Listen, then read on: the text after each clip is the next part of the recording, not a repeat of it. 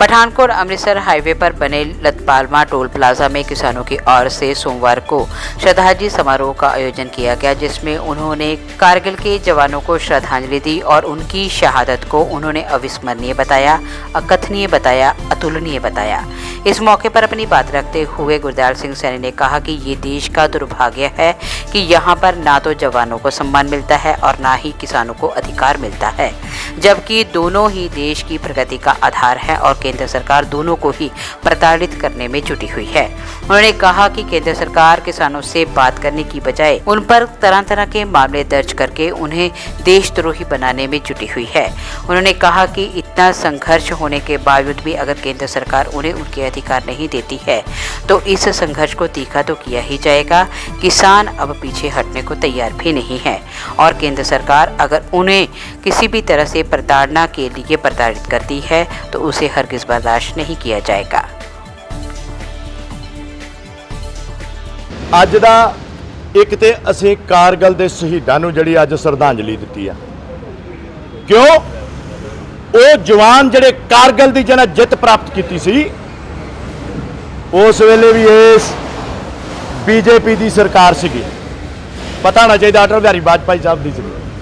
ਉਹ ਕਿਹਨਾਂ ਦੇ ਪੁੱਤਰ ਸੀਗੇ? ਕਿਸਾਨਾਂ ਦੇ, ਮਜ਼ਦੂਰਾਂ ਦੇ, ਇਹਨਾਂ ਦੇ ਆਰਐਸਐਸ ਵਾਲਿਆਂ ਦੇ ਇੱਕ ਵੀ ਮੁੰਡਾ ਉਹਦੇ 'ਚ ਹੈਗਾ ਕਾਰਗਿਲ 'ਚ ਤੇ ਸਾਨੂੰ ਦੱਸਣ ਸਾਨੂੰ आरएसएस वाले ये बीजेपी वाले भी इन्हां दा मुंडा एक भी कारगिल दे विच जे मरिया, साडे बच्चे मरे आ, साडे किसानां दे मजदूरां दे मरे आ। असीं अज उन्हां अपने बच्चों नूं श्रद्धांजलि दित्ती आ भी ओ बच्चिओ शुक्र आ तुसीं एक अपने देश वास्ते कुर्बान होए हो, पर तुहाडे इन्हां कुर्बानियां नूं लुट्टण वाले झूठे मकार इत्थे बैठे देश नूं लुट रहे आ। ये बीजेपी दी सरकार जिन देश वेच दित्ता, ये लुट रही आ देश नूं, जिन्हां ने सारे समाज नूं बंधुए मजदूर बनाउण दे उत्ते लैंदा। सो साडा अज दा पहला मेन फंक्शन जिहड़ा ਉਹ ਸੀਗਾ कारगिल दे शहीदां नूं निम्मी अखां दे नाल श्रद्धांजलि देनी, जिन्हां ने ਉਹ ਤੇ ਉਹਨਾਂ ਦੇ ਪਰਿਵਾਰ ਹੀ ਜਾਣਦੇ ਨਾ, जिस को लागे सोई तन जाने कौन जाने पीड़ पराई। इन्हां लोकां नूं की पता भी जिन्हां दे घर दे बच्चे तुर गए, जिन्हां दे बाप तुर गए, जिन्हां दे खावंद तुर गए, जिन्हां दे पुत्तर तुर गए, उन्हां नूं पता वा उन्होंने इस सरकारां ने की देना वा।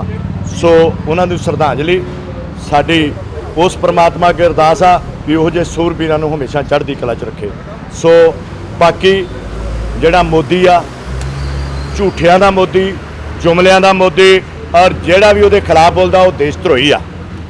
ये ते शुक्र आ अदालतां दा भी जिहड़ा समझदियां जिन्हां ने, पर अजे भी मोदी दा भी बहुत हुण जिहड़ा कम्यूनीकेशन उधर अधर हैगा, मैं बहुता विस्तारना नहीं हुण दसना चाहुंदा, पर उन्होंने इस विषय के उत्ते जिहड़ा पूरा जोर लाया भी जिहड़ा साडे विरुद्ध बोलूगा उन्होंने देशद्रोही साबित करना।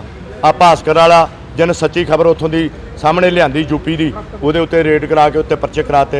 बेटे मूँह तुहाडे जम्मण दा तुहाडे दा, सच्ची गल करन नूं तुसीं किसे नूं इजाजत ही नहीं। साडा संविधान आ, असीं सच्ची गल कर सकदे हां। इन्हां दी एक जिहड़ी बीबी लेखी आ, मेरे ख्याल किहड़ी मंत्री सीगी, जिहड़ी कहंदी आ जिहड़े किसान आ ये मवाली ते गुंडे आ। ओ बीबा होश ना बोल, तू साडी धी भैण आ। जे असीं मवाली आ तां तुसीं कौन हो? तुसीं ये वेख लो कौन हो। मैं होर तैनूं कुछ नहीं कहना, तू साडी धी भैण आ। इस करके कोई शर्म नूं हत्थ मार के फिर बोलिया करो भी तुसीं बजुर्गां बारे की तुहाडा सत्कार आ, तुसीं अपने बजुर्गां नूं की दे रहे हो। बाकी जो हरियाणे दे विच इस खट्टर खच्चर सरकार ने किसानां ने जिन्हां दे विरोध किया उन्हां दे खिलाफ 307 दे किहड़ा बंदा मरने बैठा ही हस्पताल दे विच, तुसीं 307 लाई आ भी जिहदे सट्टां मारियां किसानां ने। ते देशद्रोही उन्होंने किहड़ा देशद्रोही दा जिहड़ा वेच दिता, तुसीं ते सारा कुछ देशद्रोही दी असल तुसीं हो। तुहाडा पीएम आ जिहड़ा बिना दसिया देश नूं जाके उत्थे बिरयानी खांदा पाकिस्तान च, देशद्रोही तुसीं हो कि असीं आ? तुसीं सिर्फ देशद्रोही असली तुसीं हो, अतवाद फैलाउण वाले तुसीं हो, सारा कुछ। उत्थे जिहड़ा सिरसे दे विच किसानां दे उत्ते 307 देशद्रोही दा परचा दिता। सरदार बलदेव सिंह सिरसा जिहड़े 32 किसान जथेबंदियां दे उत्थे लीडर ने, उन्होंने उत्थे अपनी हड़ताल रख के और सारे केस वापस कराए और वो किसानों नूं रिहा कराया। सो साढ़े 90-90 95-95 के किसान ਅੱਜ ਕੱਲ ਦੇ ਯੋਧੇ ਨੇ, ਅੱਜ ਕੱਲ ਦੇ ਮੁੰਡੇ ਨੇ, ਯੂਥ ਆ, ਇਸ ਤਰ੍ਹਾਂ ਲੜਦੇ ਨੇ।